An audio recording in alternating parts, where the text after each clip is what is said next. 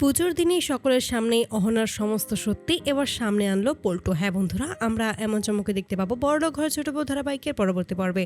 তোমরা যারা এই চ্যানেলটিতে নতুন আছো তারা কিন্তু অবশ্যই চ্যানেলটি সাবস্ক্রাইব করতে ভুলো না। তো চলো বিস্তারিত জেনে আসা যাক।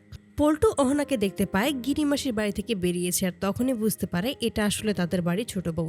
তাই পিছনে অহনার এবং সত্যিই দেখতে পায় যে আসলেই অহনা ঘুমটা দিয়ে অচেনা মহিলা সেজেই ওইখানে গহনা বিক্রি করার জন্য গিয়েছিল। আর ঠিক এই সমস্ত কথাই তো বাড়িতে বলতে হবে, এমনটাই মনে মনে প্ল্যান করতে থাকে পল্টু।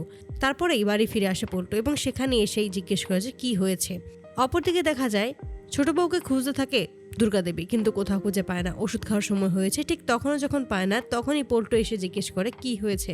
ঠিক তখনই বলে যে আসলে আমার ওষুধ খাওয়ার সময় হয়েছে, ছোট বউকে এখনও আমি পাচ্ছি না, ও ওপর থেকে এখনো নিচে আসছে না। ঠিক তখনই পল্টু মনে মনে বলছে আচ্ছা তাহলে এই ব্যাপার, কিন্তু ওপরে কোথায় যাবে, ও তো বাইরে গেছে, ওই গিরিমাসির বাড়িতে গেছে। তবে এখনই তো এটা বলবো না, সময় বুঝে কালকে সকলের সামনে এবার বলবো, যেন অপমানে এই বাড়ি থেকে একাই বেরিয়ে যায়।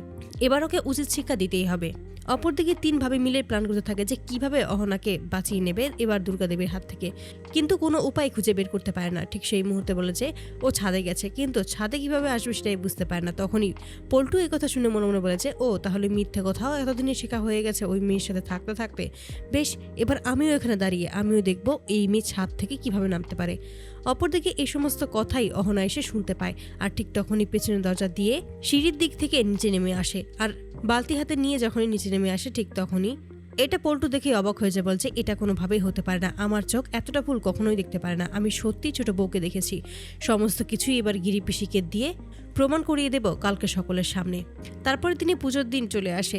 পুজোর দিন সকল আয়োজন শুরু হয়ে যায়। ঠিক তখনই সকলেই যখন পুজোর অনুষ্ঠানে মেতে ওঠে, ঠিক সেই মুহূর্তেই পল্টু ঘোষণা করে যে তাদের সবাইকে একটা জিনিস বলার আছে। ঠিক তখনই বলে যে কি বলার আছে।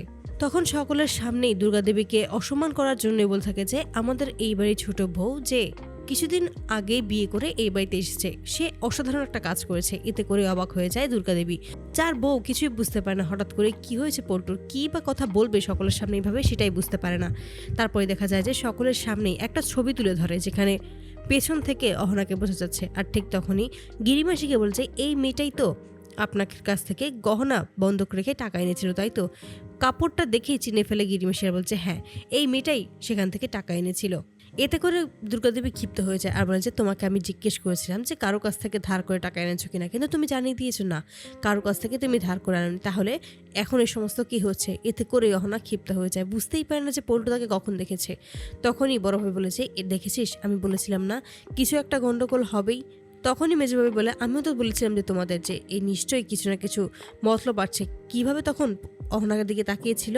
ঠিক তখনই বলে তুই একদম ঠিক কথাই বলেছিস, তোর যদি কথাগুলো আমরা বিশ্বাস করতাম তাহলে হয়তো এতটা ভুল হতো না।